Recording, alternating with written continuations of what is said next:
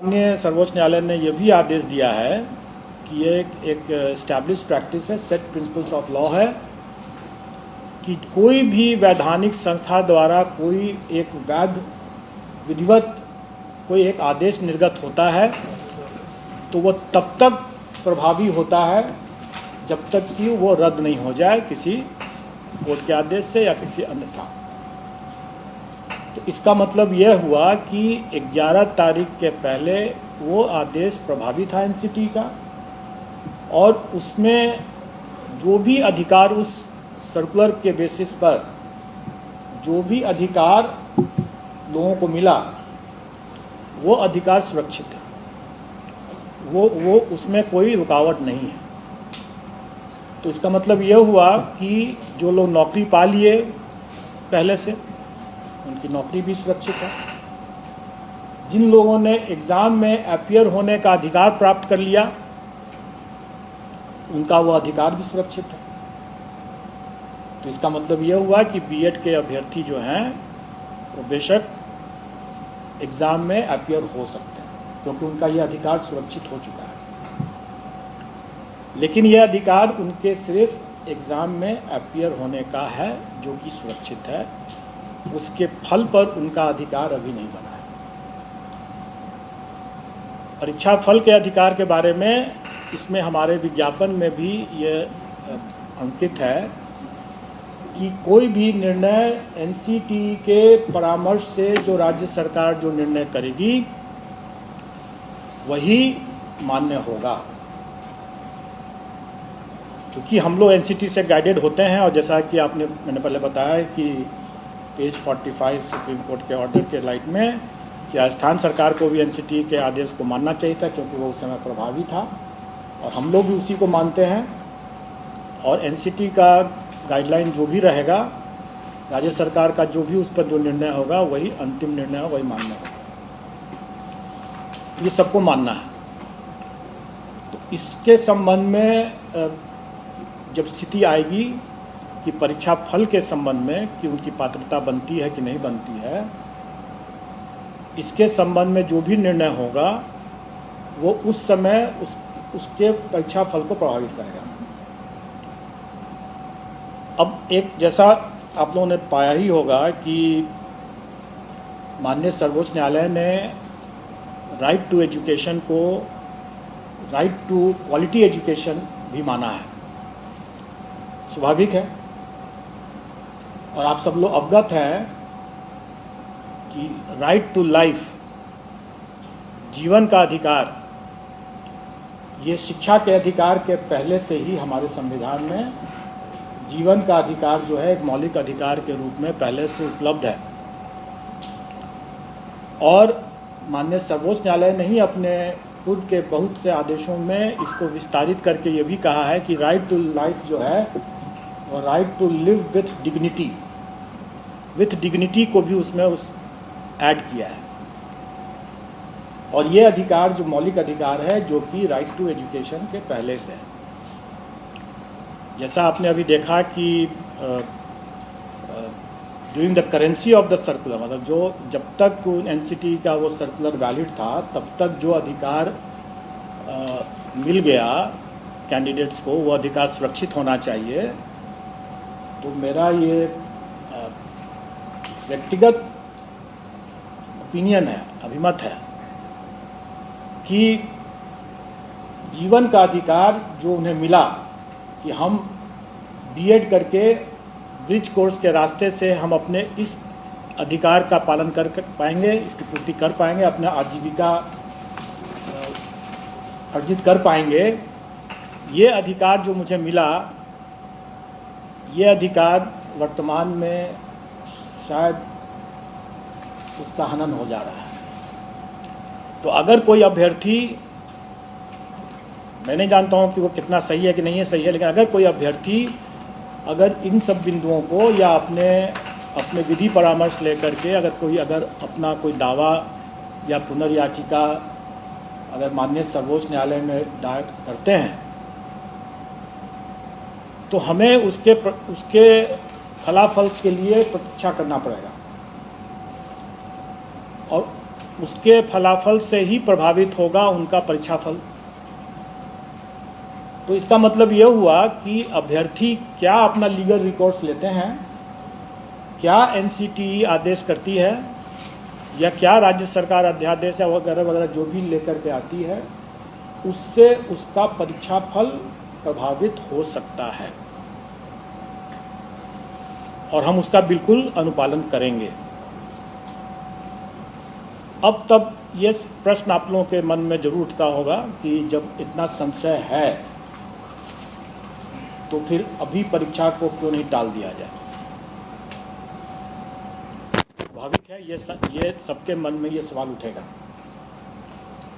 और इसका उत्तर भी माननीय सर्वोच्च न्यायालय के इसी आदेश में छुपा हुआ है। माननीय सर्वोच्च न्यायालय ने यह अपने पेज 35 से 36 में ये कहा कि जब आपके पास में डिप्लोमाधारी पर्याप्त संख्या में उपलब्ध थे तो आपको बीएड के साथ, ब्रिज कोर्स के साथ उसको अलाउ करने का कोई औचित्य नहीं था। ये साफ साफ उसमें लिखा हुआ है कि, और इसी कारण से भी यह रद्द हुआ है क्योंकि आपको याद होगा, जानकारी होगी कि केवीएस ने शिक्षकों की कमी के कारण से यह प्रस्ताव दिया था, यह अनुरोध किया था, जिसको एनसीटी ने मान लिया। लेकिन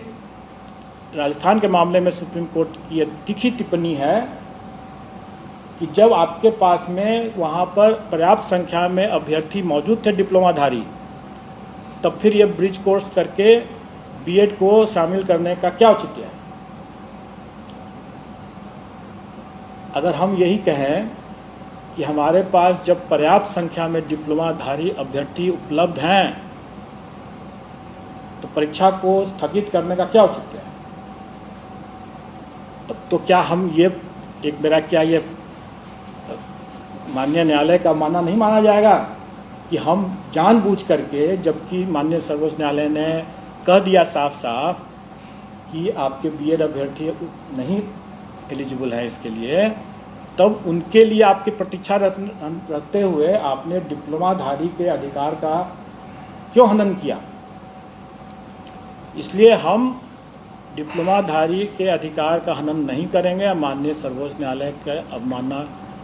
का भागी नहीं बनेंगे। माननीय सर्वोच्च न्यायालय ने जिस तीखी टिप्पणी को अपना आधार बनाया है, हम उसी तीखी टिप्पणी के आलोक में ये कहेंगे कि हम परीक्षा को नहीं टालेंगे।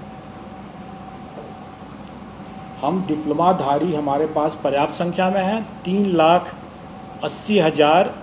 से ज़्यादा हमारे डिप्लोमाधारी प्राथमिक शिक्षक के लिए अभ्यर्थी हैं। कई ऐसे बीएड वाले भी हैं जो कि डिप्लोमा भी प्राप्त किए होंगे लेकिन उन्होंने शायद अपना बीएड ही लिखा होगा। हमारी वैकेंसी से रिक्ति से 5 गुना ज़्यादा अभ्यर्थी मौजूद हैं। हम कभी भी इसको इग्नोर नहीं कर सकते हैं, इस तथ्य को, खास करके माननीय सर्वोच्च न्यायालय के इस तीखी टिप्पणी के आलोक में, और हम इसको परीक्षा को कोई पोस्टपोन नहीं करेंगे। तो ये तो बहुत स्पष्ट बात हो गई और मैंने बता दिया कि बीएड अभ्यर्थी भी भाग ले सकते हैं क्योंकि ये उनका अधिकार सुरक्षित हो चुका था, लेकिन उनका परीक्षा फल प्रभावित होगा उनके खुद अपने लीगल रिकॉर्ड्स को देखते हुए कि वो क्या पुनर्विचार याचिका दायर करते हैं या नहीं करते हैं, या एनसीटी या राज्य सरकार क्या निर्णय लेती है। और जैसा मैंने अभी बताया कि ये निर्णय कि वो पात्र हैं या नहीं पात्र हैं, ये हम डॉक्यूमेंट वेरिफिकेशन के समय करते हैं। उसके पहले हम मान के चलते हैं कि जो भी उन्होंने दावा किया है वो सही है और हम उसके हिसाब से अपना मेरिट लिस्ट बनाते हैं। लेकिन रिज़ल्ट हम, स्वाभाविक है, रिज़ल्ट हम तभी डिक्लेयर करेंगे जब वो पात्र होंगे। अगर वो पात्र नहीं होंगे तो हम उनका रिज़ल्ट डिक्लेयर नहीं करेंगे और वैसी स्थिति में उनका एक चांस व्यतीत नहीं माना जाएगा, क्योंकि एक ये भी संशय था लोगों के मन में कि अगर हम एग्ज़ाम दे देते हैं और मेरा एक चांस बेकार चला जाएगा, मेरा रिज़ल्ट नहीं देंगे। जब हम रिज़ल्ट ही नहीं देंगे तो हम उनका एक चांस भी नहीं मानेंगे। लेकिन ये तब की स्थिति में है जबकि उनको कोई संशय रहता है, जैसे मुझे भी अभी संशय है कि पात्र हैं कि नहीं है, या क्या वो लीगल रिकॉर्ड्स लेते हैं। लेकिन अगर ये क्लियर अगर हो जाता है और उसके बावजूद जानते बूझते अगर वो अपीयर होते हैं, तब उसको हम उनके चांस को व्यतीत मानेंगे। जैसे कि हम लोगों ने अपीयरिंग कैंडिडेट्स के लिए, जैसे सीटेट अपीयरिंग कैंडिडेट्स के लिए या बीएड अपीयरिंग कैंडिडेट्स के लिए कोई भी परीक्षा में जो हम अनुमति दे रहे हैं, तो भली भांति जानते हैं कि वो अपना एक चांस को एग्जॉस्ट कर रहे हैं, चाहे वो सीटेट क्वालिफाई करते हैं या नहीं करते हैं, वो अपने एक चांस को व्यतीत करते हैं, क्योंकि भली भांति वो जानते बूझते वो अपीयर हो रहे हैं, इसलिए उनका चांस व्यतीत माना जाएगा। लेकिन इस पर्टिकुलर मामले में, बीएड के मामले में, अगर संशय बना रहता है और अगर हम उनका परीक्षा फल नहीं घोषित करते हैं, रोक के रखते हैं, तो उनका चांस भी व्यतीत नहीं माना जाएगा और उनका 3 चांस, हर परीक्षा के लिए 3 चांस सुरक्षित रहेगा। ये तो अब मैंने जो बता दिया, जो आए दिन लोग तरह तरह के अटकलबाजी लगाते हैं और एक तरह से जो अभ्यर्थियों के शुभचिंतक हैं वो बेसिकली रक्षा में हत्या कर रहे हैं, क्योंकि जो उनका मन अगर विचलित है तो परीक्षा में कैसे पढ़ेंगे, स्वाभाविक है। आए दिन हम लोगों के पास में यह भी एक अनुरोध आते रहा है कि भाई ये पहली बार ये परीक्षा हो रही है, इसके क्वेश्चन के पैटर्न, इसके स्टैंडर्ड्स, इन सब चीज़ों का कोई पूर्वोदाहरण नहीं उपलब्ध है, तो हम तैयारी करने में थोड़ी कठिनाई हो रही है, इसलिए इसमें से नेगेटिव मार्किंग को हटा दिया गया। इस पर सरकार का भी अनुरोध है और कमीशन ने इस पर विचार करते हुए इस बार के लिए नेगेटिव मार्किंग को हटा दिया है। तो जो चूँकि हमारे क्वेश्चन पेपर्स पहले से मुद्रित हो चुके हैं, उसमें लिखा हुआ होगा कि नेगेटिव मार्किंग भी है, लेकिन अभी तक हम लोगों ने, चूँकि इसी उहापोह की स्थिति बनी हुई थी हमारे यहाँ भी कि इसमें नेगेटिव मार्किंग रखा जाए कि नहीं रखा जाए, इसलिए हमने अभी तक बताया भी नहीं था कि कितना नेगेटिव मार्किंग होगा। तो हमारे कमीशन ने विचारपूर्वक निर्णय लिया है कि नेगेटिव मार्किंग इस बार की परीक्षा में पूर्वोदाहरण या दृष्टांत नहीं बनने के शर्त पर इसको इस बार के लिए हटाया गया है। तो इस बार नेगेटिव मार्किंग नहीं रहेगा।